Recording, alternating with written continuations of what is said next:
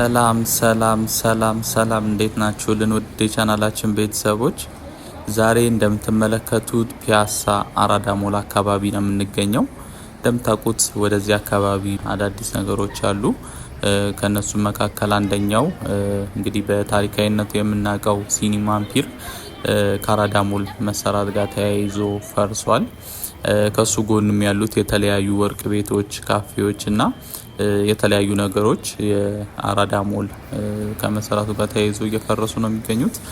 ከፊታችን የምንመለከተው አረንጓዴ ቆርቆሮ እንግዲህ ከዚህ ቀደም የነበሩት የሲኒማ አምፒር እና ከጎኑ ያሉት ወርቅ ቤትና ካፌዎች የነበሩበት ቦታ ነው። አሁን ላይ ያው እየፈረሱ ስለሆነ እንግዲህ ታጥረዋል ማለት ነው። በውስጥ በኩል የተለያዩ ነገሮች እየተሰሩ ነው የሚገኙት። ስለዚህ ዛሬ እሱን የምንቃኝ ነው የሚሆነው። እንግዲህ የብዙዎቻችን ታሪክ ነው ሲኒማ አምፒር እና እዚህ ፒያሳ አካባቢ በተለይ ብዙዎቻችን እናውቀዋለን። ብዙ ትዝታ ያሳለፍንበት ነው። እንግዲህ እሱኛው አሁን አራዳ ሞል ስለተሰራ ከሱ ጋር ተያይዞ ፈርሷል ማለት ነው። እንግዲህ የሲኒማ አምፒር ምትክ እዛው አራዳ ሞል ውስጥ እንግዲህ ይከፈታል ብለን እንጠብቃለን። ስለዚህ በዛሬ ጉብኝታችን ይሄን የምንቃኝ ነው የሚሆነው። እስከ መጨረሻው አብራችሁን ቆዩ። ለቻናላችን አዳዲስ የሆናችሁ ቤተሰቦች ሰብስክራይብ በማድረግ እንድትጀምሩ ስንል በአክብሮት እንጠይቃችኋለን። እንዲሁም ይሄ ቪዲዮ ለሌሎች ተደራሽ እንዲሆን ለቻናላችንም እድገት እንዲረዳን ላይክ እና ሼር በማድረግ እንድታበረታቱን ስንል በአክብሮት እንጠይቃችኋለን።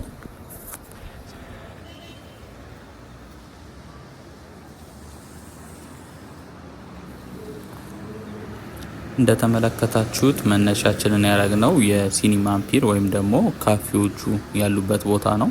ከሱ ተነስተን አሁን ወደ ላይ የአድዋና የአድዋ ሙዚየምና የአራዳ ሌክዠሪ ሞል መካከል ባለው ዋና አስፋልት በኩል የአራዳ ሌክዠሪ ሞልን እየተመለከትን ወደ ላይ የምንወጣ ነው የሚሆነው። ይሄ በጎን በኩል ስናየው የነበረው አረንጓዴው ቆርቆሮ እንግዲህ የሲኒማ ቤቱና ከጎን ያሉት የተለያዩ ሱቆች የነበሩበት ህንጻ ነው። እንግዲህ እሱ የፈረሰው ቦታ ማለት ነው። በዚህ በኩል በተወሰነ መልኩ ይታያል። እዚህ ጋር ቆሜ በተወሰነ መልኩ የፈረሱትን ለማሳየት እሞክራለሁ። እንግዲህ የአራዳ ሌክዠሪ ሞል እንደምትመለከቱት በጣም የሚያስገርም ለውጥ እያሳየ ነው አሁን ላይ የሚገኘው።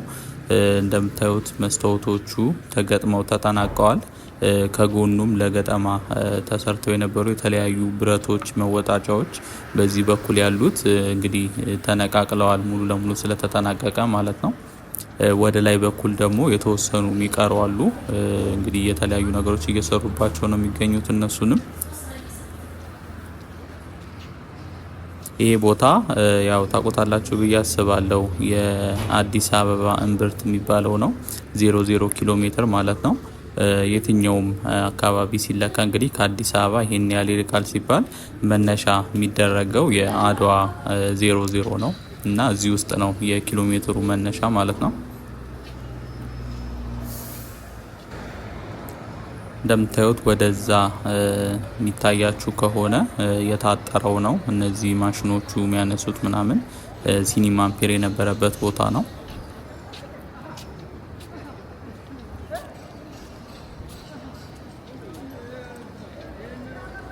የአካባቢ በጣም የሚያስገርም ለውጥ እያሳየ ነው የሚገኘው። በተለይ አሁን ይሄ የአራዳ ሌክዠሪ ሞል ሲጠናቀቅ በጣም ውበት ይሰጠዋል። ዲዛይኑም ከአድዋ ሙዚየም ጋር አብሮ የሚሄድና ለአካባቢው ለየት ያለ ድምቀት የሚሰጠው አይነት ነው። እንደምታዩት ከዋናው ከመስታወቱ ባለፈ ወደ ውጪ አካባቢ ላይ ለየት ያለ ስትራክቸር አለው፣ ወጣ ያለ። እሱም በጣም የሚያምር ዲዛይን ነው የሚሆነው ሲጠናቀቅ።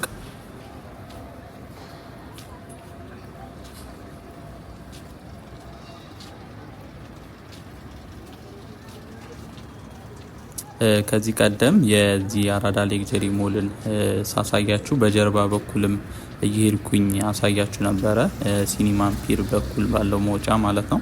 አሁን ላይ ሙሉ ለሙሉ ተዘግቷል በዛ በኩል ያለው።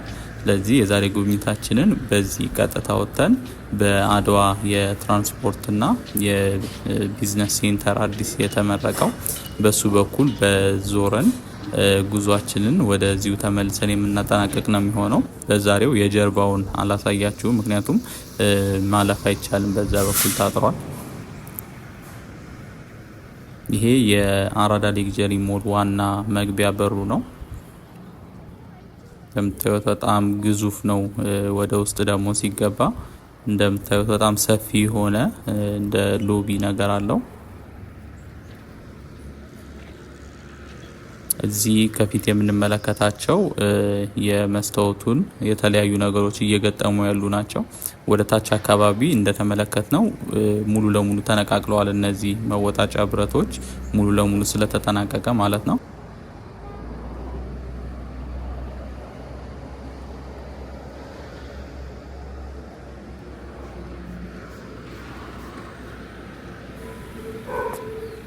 ይሄ ሌክዠሪ ሞል ሲጠናቀቅ እንግዲህ ኢንተርናሽናል የሆኑ ብራንዶችን ወደ ሀገራችን ውስጥ እየገቡ እዚሁ ምርታቸው ማስተዋወቅና መሸጥ ይጀምራሉ።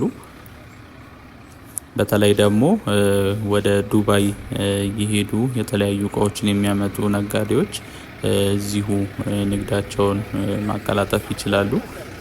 የሀገራችንም የተለያዩ የውጭ ብራንዶችን መግዛት የሚፈልጉ በተለይ ዱባይ የሚሄዱም የተለያዩ ብራንዶች እዚህ ስለሚመጡ ወደ ዱባይ መሄድ ሳያስፈልገን እዚሁ በሀገራችን የምናገኝ ይሆናል ማለት ነው። የተለያዩ ማቴሪያሎችን እንግዲህ ከአራዳ ሌክዠሪ ሞል ባሻገርም ወደ ፒኮክ አካባቢ እንዲሁ ሌላ ሞል እየተሰራ ነው የሚገኘው።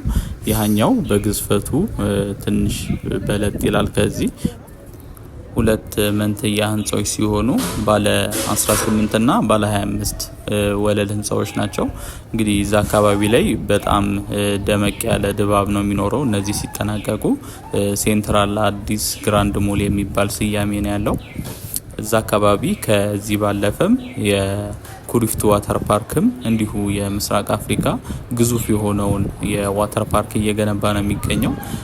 ከዋተር ፓርኩን ባሻገር የተለያዩ ነገሮች አሉት። እንደ አርቲፊሻል ሀይቅ፣ አርቲፊሻል ካናል፣ በዛ ያሉ የቴኒስ ሜዳና የፈረስ መጋለቢያ ሜዳም እንዲሁ እየተሰራለት ነው የሚገኘው። በጣም ሰፊ የሆነ ቦታ ላይ ነው እንግዲህ የዚህ የዋተር ፓርኩ እየተሰራ ያለው። ከጎኑም እንግዲህ ታሪካዊ የሆነው የፒኮክ ፓርክ አለ። እሱም በጣም ሰፊ የሆነ የእድሳት ስራ እየተሰራለትና ብዙ ነገሮችን ማካተት እንዲችል ተደርጎ እየተሰራ ነው የሚገኘው። እሱም ቪዲዮ በዚህ ሳምንት ውስጥ ለቅቄላችሁ ነበረ። በጣም ብዙ ነገሮችን ተመልክተን ነበረ እዛ ላይ ያሉትን። ሰሞኑንም ተመልሼ አዳዲስ እየተሰሩ ያሉ ለውጦች ካሉ እነሱኑ የማስጎበኛችሁ ነው የሚሆነው። እንደምትመለከቱት አሁን በላይኛው በኩል ደርሰናል። የአድዋ የትራንስፖርትና ቢዝነስ ሴንተር አዲስ የተመረቀው በኩል ማለት ነው። ይሄ ቀዩ የምንመለከተው ህንጻ እሱ ነው።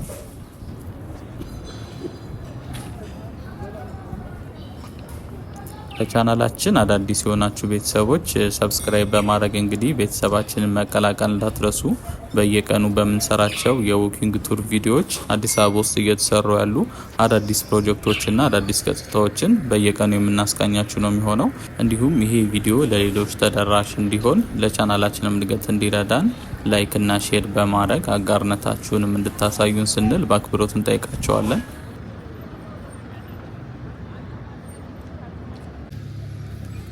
ጉብኝታችንን እንቀጥላለን። እንደምትመለከቱት አሁን የምንገኘው የአድዋ የቢዝነስ የትራንስፖርት ሴንተር ነው። በሱ መካከል እና ይሄ ከፊት በጎን በኩል የምንመለከተው የጣይቱ የባህል ማዕከል አለ። ከፊት የምናየው ቤት ማለት ነው። እንግዲህ በጎን በኩል ሌላ የኮንስትራክሽን ስራ እየተሰራበት ነው የሚገኘው። ይሄ መንገድ ቀጥታ የሚያወጣን ወደ ራስ መኮንን ድልድይ ነው። እንደምታውቁት ራስ መኮንን ድልድይ ጋር በጣም የሚያምር አዲስ ግድብ ተሰርቷል፣ ከወንዝ ዳር ልማቱ ጋር ተያይዞ ማለት ነው። እንግዲህ እሱም ዝናብ ዘንቦ ሲያባራ በጣም የሚያምር ድባብ አለው። ግድቡ ሞልቶ በላይ ሲወርድ ደስ የሚል የሆነ ቫይብ አለው። እሱን ሰሞኑን እንግዲህ ወደዛ ሄጄ ደግሞ ቪዲዮ ሰርች ያሳያችኋለሁ ግድቡን። በእርግጥ ከዚህ በፊትም አሳይቻችሁ ነበረ። ከሱ በላይ ደግሞ አፍንጮ በር ጋርም እንዲሁ ሌላ ሁለተኛ ግድብ ተሰርቷል። እንግዲህ ከተማችን ውስጥ 3 ግድቦች ተሰርተዋል። የመጀመሪያውና ትልቁ ቀበና ያለውና ባሳለፍነው ለሳምንት ውስጥ የተመረቀው ነው። እሱም በጣም ግዙፍና የተለያዩ ነገሮችን ያካተተ ነው በውስጡ። እንግዲህ በሀገራችን ውስጥ በአዲስ አበባ የመጀመሪያውን የጀልባ ጉዞ የተጀመረውም እዛው ቀበና ግድብ ላይ ነው። ሁለተኛው ግዙፉ የከተማችን ግድብ ደግሞ አፍንጮ በር ያለው ነው። እሱም እንዲሁ ተጠናቋል። ገና አልተመረቀም፣ የተወሰኑ ነገሮች ይቀሩታል። ሶስተኛው ደግሞ በዚህ ቀጥታ ስንወርድ የምናገኘው የራስ መኮንን ድልድይ ጋር የተሰራው ግድብ ነው ማለት ነው። እሱም እንዲሁ በጣም የሚያምርና ተለቅ ያለ ግድብ ነው። ሰሞኑን የማሳያችሁ ይሆናል።